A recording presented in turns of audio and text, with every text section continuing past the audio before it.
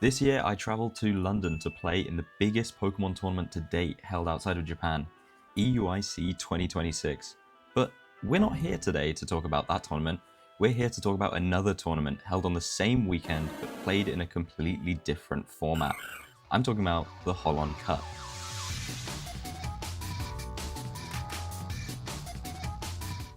If you don't know, the Holon Cup is Holon Research Tower's premier RSPK tournament in the UK, and for the last 2 years it's been organised to run on the Sunday alongside EUIC. RSPK is an old format consisting of the original Pokemon EX, type swap Delta Pokemon, and some of the most intricate back and forth gameplay you can find in the Pokemon TCG. Basically, it's peak. This time last year, I was too new to the format to compete, but this year I'm ready to get stuck in. And I'm lined up with a deck choice already. I've been playing a ton of Imprison Gardevoir with some decent locals performances and a second place finish at the UK Open 2 months ago. I feel really confident on what is a really strong deck. But there's a small hitch. I'm playing Gardevoir EX in Standard at the moment, and I really don't want to keep playing Gardevoir decks in every format I'm competing in. The deck is strong, I just don't want to play it. We're a couple weeks out from the tournament though, and my deck for Standard is locked after a decent finish at Birmingham Regionals in January, so I've got time to look over my options. But what are those options? I could go for a strong, safe pick like Bombtar or Railer, but I'm not really vibing with either of those. Kamla could be a sneaky pick, but the format is best of one Swiss, where ties are double game loss, so I'd really like to be on a deck where I can be sure I'll be able to close my games. I look back at what I've played before, and I decide I have two options. Dragtrade Sceptile and Churro Special.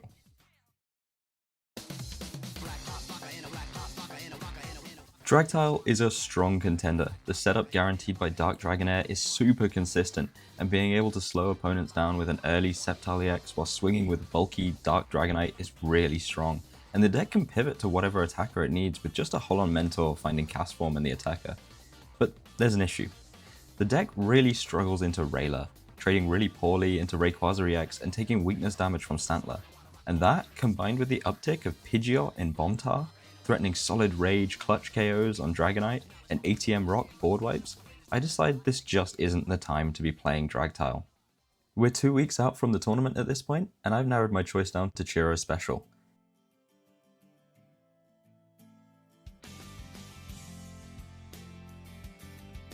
Named after the Japanese player who popularized the deck, Churro is a suite of strong basic Pokemon EX that ramps energy onto the board with Latias EX and Team Aqua's Lantern, to then move around later with Delta Mewtwo's Delta Switch Pokepower and unleash devastating attacks like Lugia EX's Elemental Blast on back-to-back turns. I'm happy with running Churro's list just as it is, but a week and a half before the tournament, member of the community Traegar is making some noise about one of Mew EX as a copy attacker. I like the card, but in testing I really missed the Lantern I'd have to cut to include the Mew, so I end up settling without changing a card from Churro's list. This deck is seriously strong, and the only matchups I'm a little concerned about are Imprison decks with Rayquaza EX and Bombtar decks that don't play Pidgeot, but I'm happy I'll just have to lock in and win those games if it comes down to it.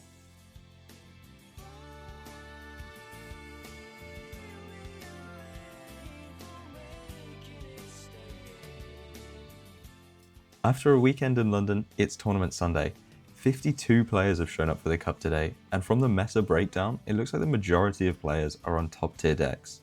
Unfortunately, due to a tube closure, we're starting a little late, so we're only playing 5 rounds of Swiss, and with so many players competing, that means I can only lose 1 round if I want to make it into Top Cup. The margins are super thin, so we're hoping for some clean rounds in Swiss. Round 1 pairings go up, and I'm against Ben. Ben's a good friend of mine. He's an experienced player. Not only is PTCG Archive his site, he's played the cards that we're playing today 20 years ago when they were legal in Standard. Me and Ben yap a lot about the format, so he knows what deck I'm on, but I don't actually know what he's playing today. We draw our opening hands, and already it's not looking good for me. I've got Cast Form, Lugia, Tropius, Psychic, Stump, and 2 Retriever. No Outer Supporter, no supporter. I decide to open Cast Form. In worst case, I can Delta Draw for 1 with its attack by benching Tropius. Ben wins the flip, and that means he has to go first. He reveals Shuppet, immediately attaching and using Ascension into Banette EX. That is not good for me. Banette is a stage 1 rush deck that ramps damage by discarding supporter cards and using Shady Move to fix maths for quick KOs. Here's the list Ben was playing this game. My silver bullet for this matchup is Latias EX, who resists Psychic and can comfortably Oko Banette EX, usually taking 4 prizes all on its own. But this really is a deck that I have to keep pace with, and my hand is just dead. I draw for turn, and not all is lost. I've top decked a Holon Adventurer, and I use it to discard Tropius and draw 4, finding a Holon Mentor for my next turn. I bench Lugia EX and attach the Psychic energy to it so that I don't get donked, and I pass the turn. Ben plays his own Holon Mentor, finding another Shuppet, Cast Form, and Jolteon Star, and attaching the Cast Form as energy and using Jolteon's Yellow Ray in combination with Shady Move, he puts 20 extra damage in play to be able to KO my Cast Form immediately. He also plays down a Desert Ruins, putting pressure on my Pokemon EX. I don't have many options on my next turn however, so I bump the Stadium, play my own Mentor for one of each Latias EX and Mewtwo, and then Retriever to get back my Cast Form. And with Mewtwo's Delta Switch, I move the Psychic to my Latias EX, attaching Cast Form before ending my turn with Fellow Boost to get 3 energy on my Latias EX in one turn. All of my eggs are in the Latias basket, and it's all about to go sideways as Ben's next turn he plays a Holon Mentor again, revealing Stantler and attaching a Magnemite to it, before KOing my active Lugia EX due to its Psychic weakness. Ben is up 3 prizes already, and that Stantler is ready to hit my Latias EX for weakness, which has really thrown off my game plan. As a bonus, Lugia's Silver Sparkle activates, so I have to put Ben's Cast Form back in his hand.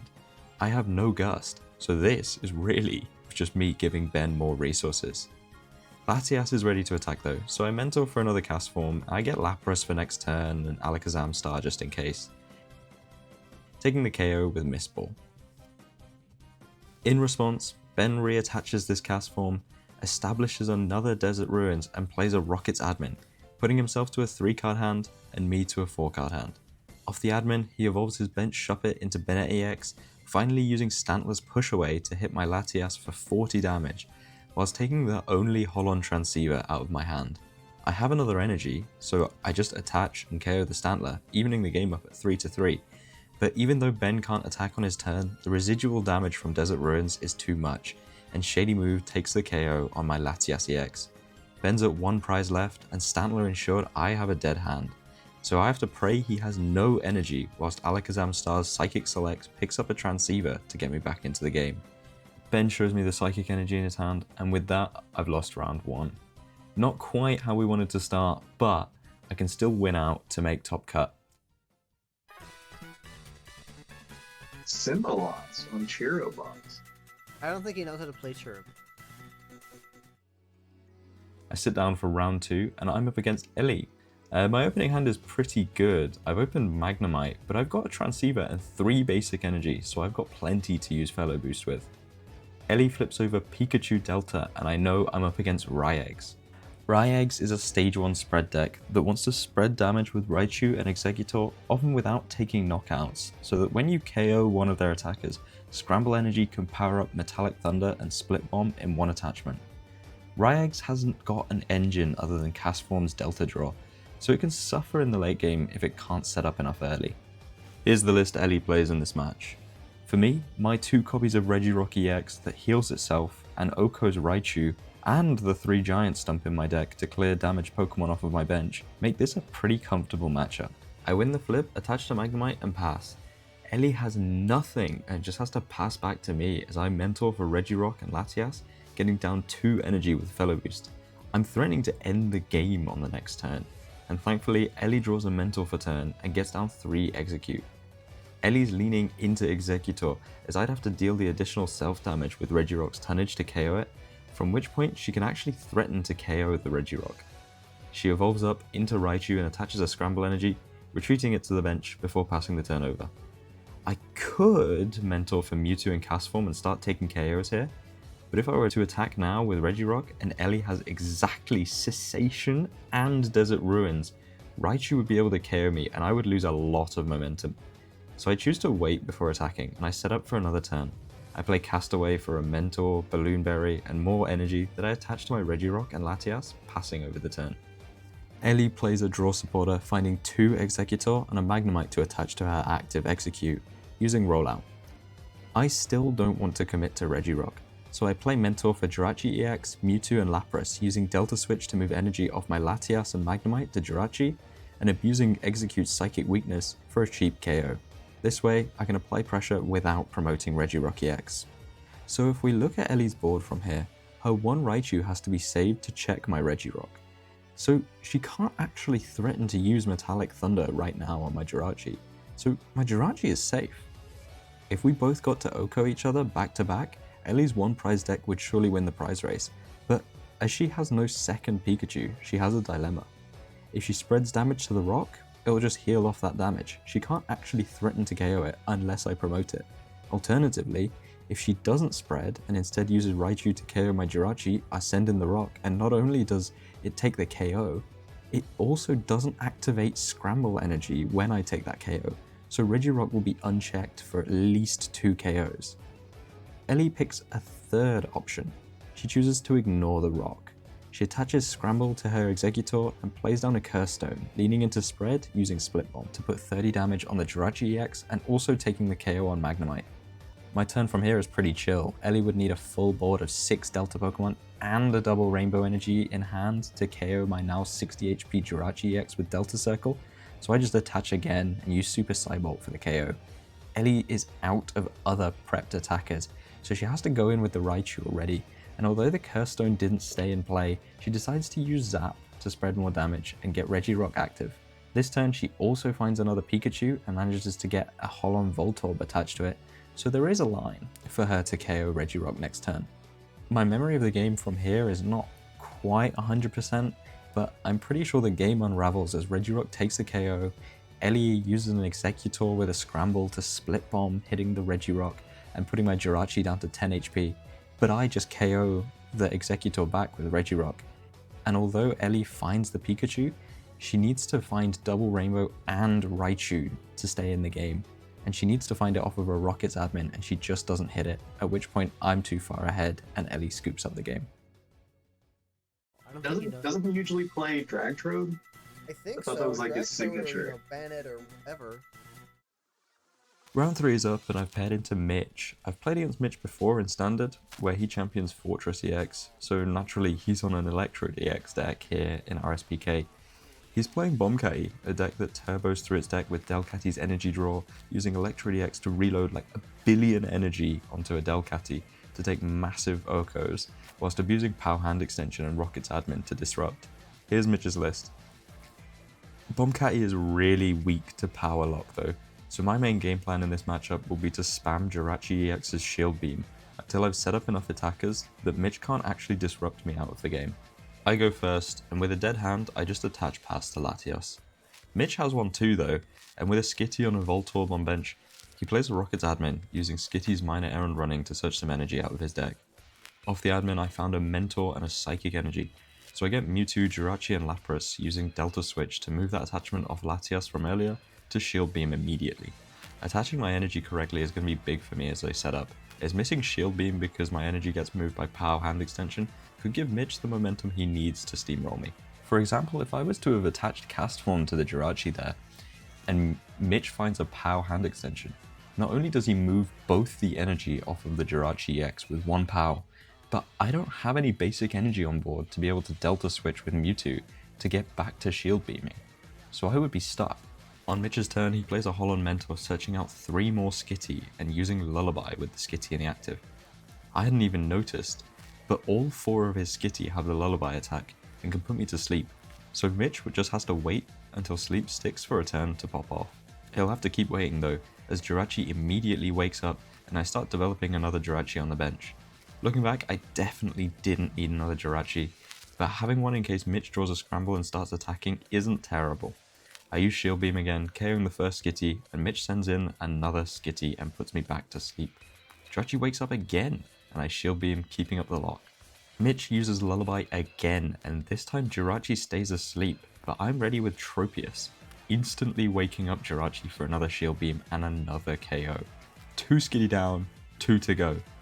Mitch's third Skitty puts Jirachi to sleep, Jirachi wakes up and uses Shield Beam. Mitch puts Jirachi to sleep, it stays asleep, but I have Briny's compassion to pick up my Tropius and play it back down to wake up again, and I KO the third Skitty.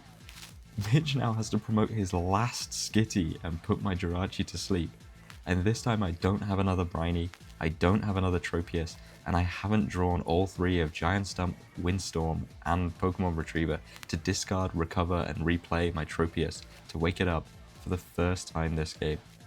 At this point though, I have 3 energy on one Jirachi, 2 energy on the other, and I've even got 3 energy on Latios EX. But I'm board locked with Lapras and Mewtwo and Tropius, so I can't actually set up an attacker that will do 70 damage in Oko Delcatty.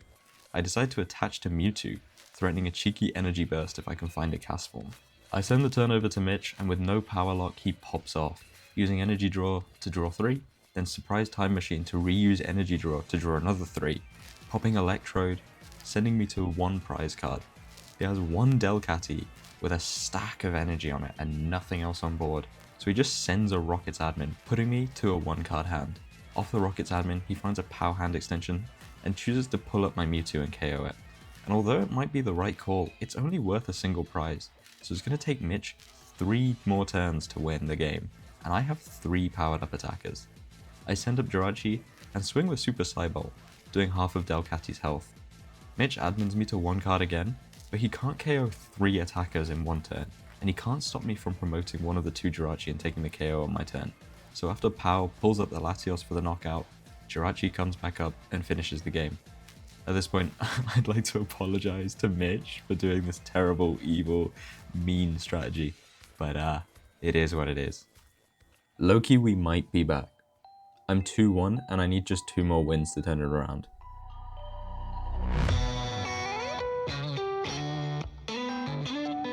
My round 4 is against Ruben, and as we're shuffling up, he drops a Curlier, revealing that he's playing Imprison Gardevoir. I don't want to have an unfair advantage over him, so I go through my deck and I show him a Latios EX, revealing that I'm playing Chiro. He actually tells me that his 2 main decks are Chiro and Imprison, which has me apprehensive. Imprison has a reasonable skill floor, but actually converting those non-steamroll games requires good routing, and if Ruben knows the expected cards in my deck, that makes it much easier for him to commit to plays. Imprison games usually end up being a skill check though, so as long as we both set up, this game should just be a skill diff. Taking a look at Ruben's list, it seems he's on Eric Reed's latest Imprison list, having cut the victory ring for Jirachi EX. This list isn't as explosive as the 4 Candy Pidgeot builds, but that might be in his favour in this match.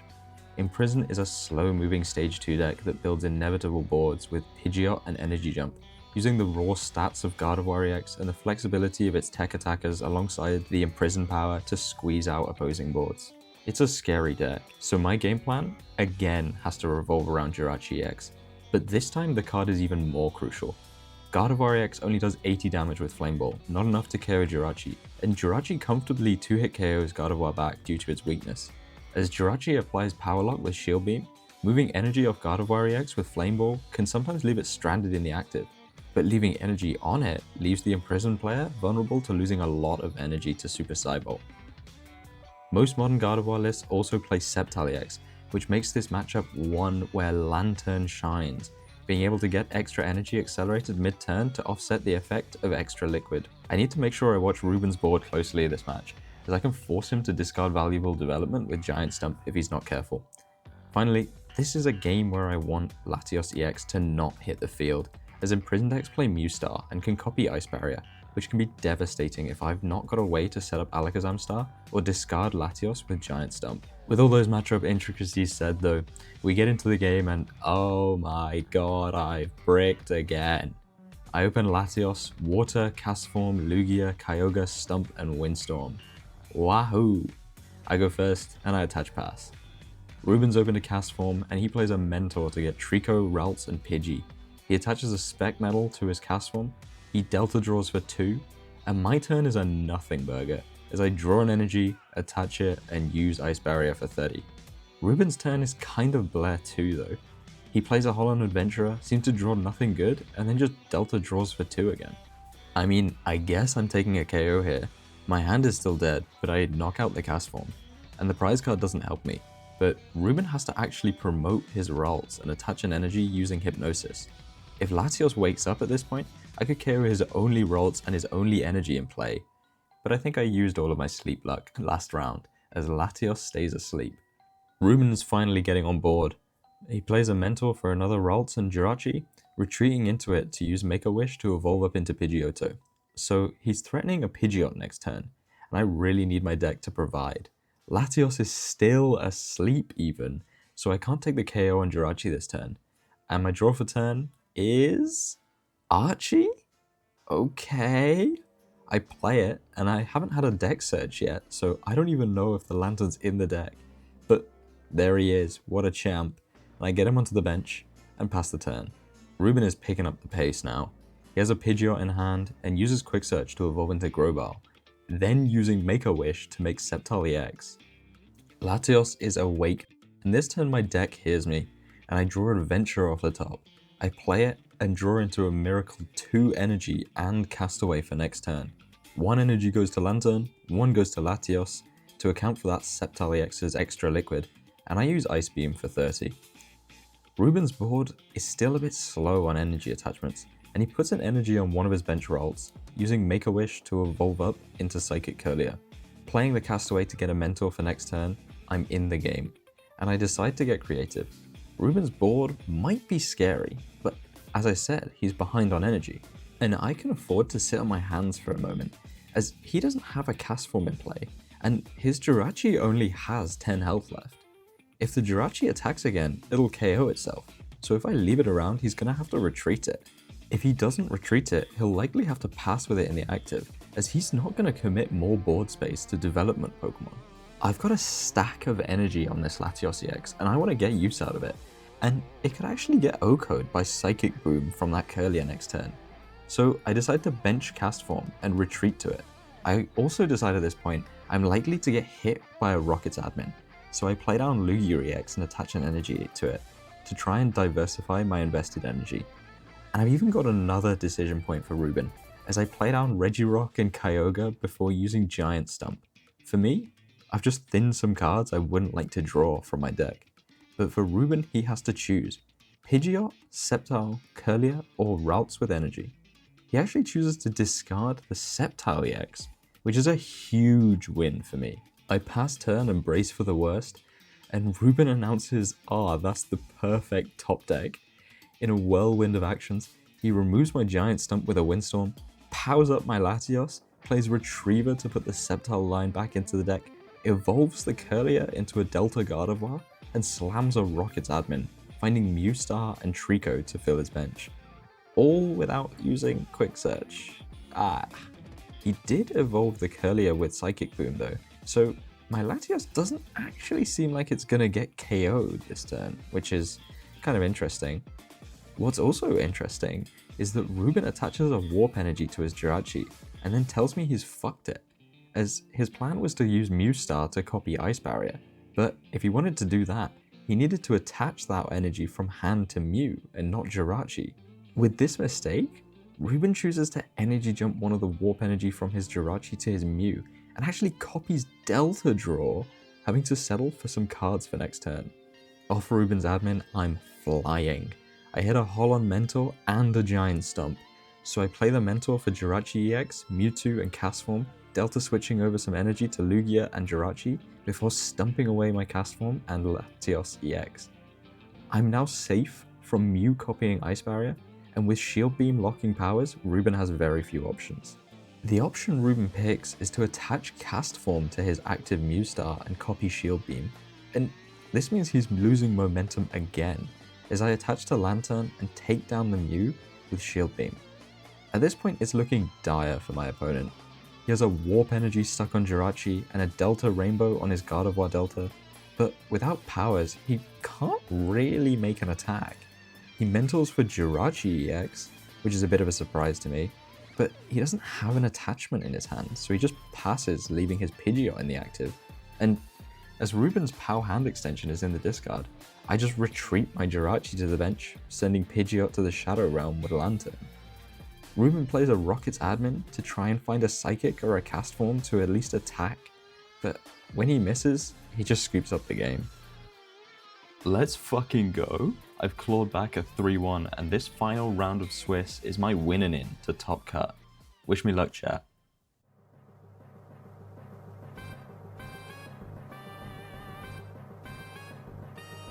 My round 5 pairing is against the one and only Joao Lopez, who's known best for his pet deck, Growler. Growler is a Stantler deck that weakens opponents' boards with Stantler, looking to use Swoop Teleporter to then turn Stantler into Team Magma's Groudon for big sweeps. Groudon's over-reliance on Cessation Crystal makes it a bit of a feast or famine deck, which is only amplified by Stantler's ability to create non-games with push-away bricks. Although it's not particularly strong, Joe always plays it, and there's a Bruce Lee quote about kicks that's analogous to this situation. My game plan into Stantler is pretty simple. I play tons of energy, and I can't get confused by Stantler's screechy voice, so all I have to do is keep making attackers, using Giant Stump to discard Pokemon that would make good Pow Hand extension targets. Groudon does trade quite well into my deck, as it has 100 HP and gives up only a single prize, but as long as I'm attacking and discarding Cessation Crystals, it'll be hard for Jar to make Groudons at the same pace as I can KO them. Regirock might look like the man for the job, healing off chip damage, but its hefty 3 retreat makes it easy to trap with POW.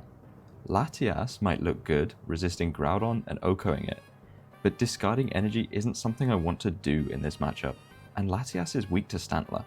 Really, I'm looking to use Latios EX to spam attacks and Alakazam Star to recycle resources. Joao goes first, opening Stantler with a Special Dark and a Cessation Crystal, and he hits my Latias EX for 10 with Screechy Voice.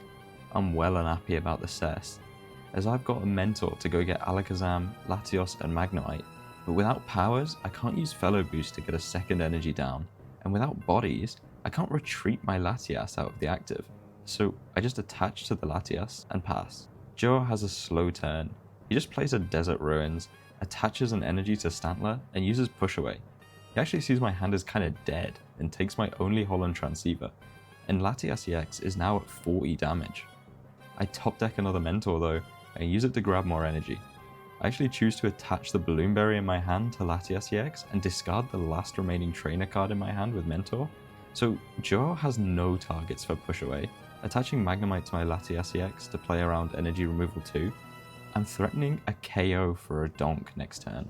Latias EX is now at 50 damage, and Joao doesn't have a way to search another basic Pokemon, so he has to play a Rockets admin and Raw Draw into one. He does, benching another Stantler and attaching to it. He uses Push Away, and sees that I've drawn 4 Pokemon, a Psychic Energy and a Giant Stump. Damn. He discards the Stump, and my Latias EX is at 80 damage now. I haven't even found a cast form, so when I draw Jirachi EX for turn, I decide it's the best angle I have, benching and attaching to it. Joao benches a Groudon and puts an energy on it, using Push Away for the KO. The Desert Ruins is still in play, and my Latios EX is at 50 damage already. I push my Jirachi EX to the active, draw nothing good, and pass the turn over to Joao. Latios takes 10. He has a Swoop Teleporter, deciding now is the time to strike. He turns Stantler into Team Magma's Groudon and uses Linear Attack for 30 damage to my active Jirachi. Latios takes 10. I draw a Water Energy, and with the Water Energy, I get my first attack of the game, using Shield Beam for a pitiful 30 damage on the 100 HP Groudon, who promptly KOs me back with Pulverize. Joao is up 4 prizes, and my hand is an entire Council estate. And my Latios EX has 80 damage on it.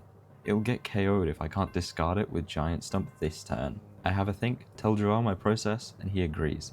I've lost this game, unless I draw for turn into Scientist, and with Scientist, I'd need Windstorm, Stump, and at least a basic energy to stay even remotely competitive. With that, I push the Latios EX. If I must find Windstorm to stay in the game, that means I must be able to use its Pokebody to retreat it mid-turn. And my top deck is Castaway. Good card, but far too late to save me. And I scoop up the game, and that ends my run at 3-2. It sucks to lose winning in 11 turns to a Stantler deck, but it happens.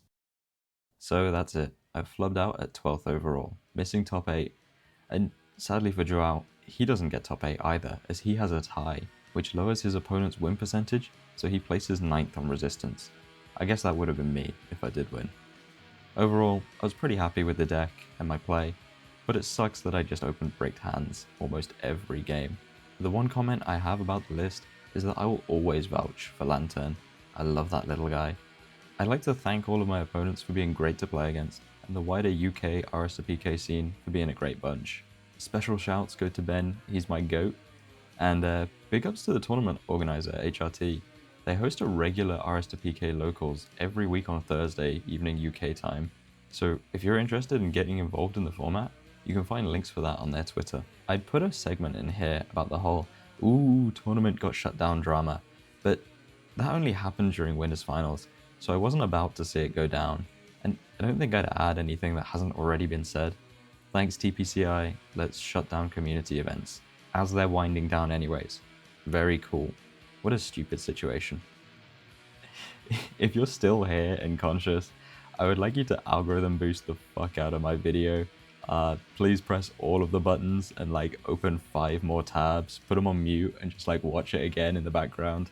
This was a pain in my ass to make. Otherwise, honestly, take it easy and I'll see you later. Bye bye.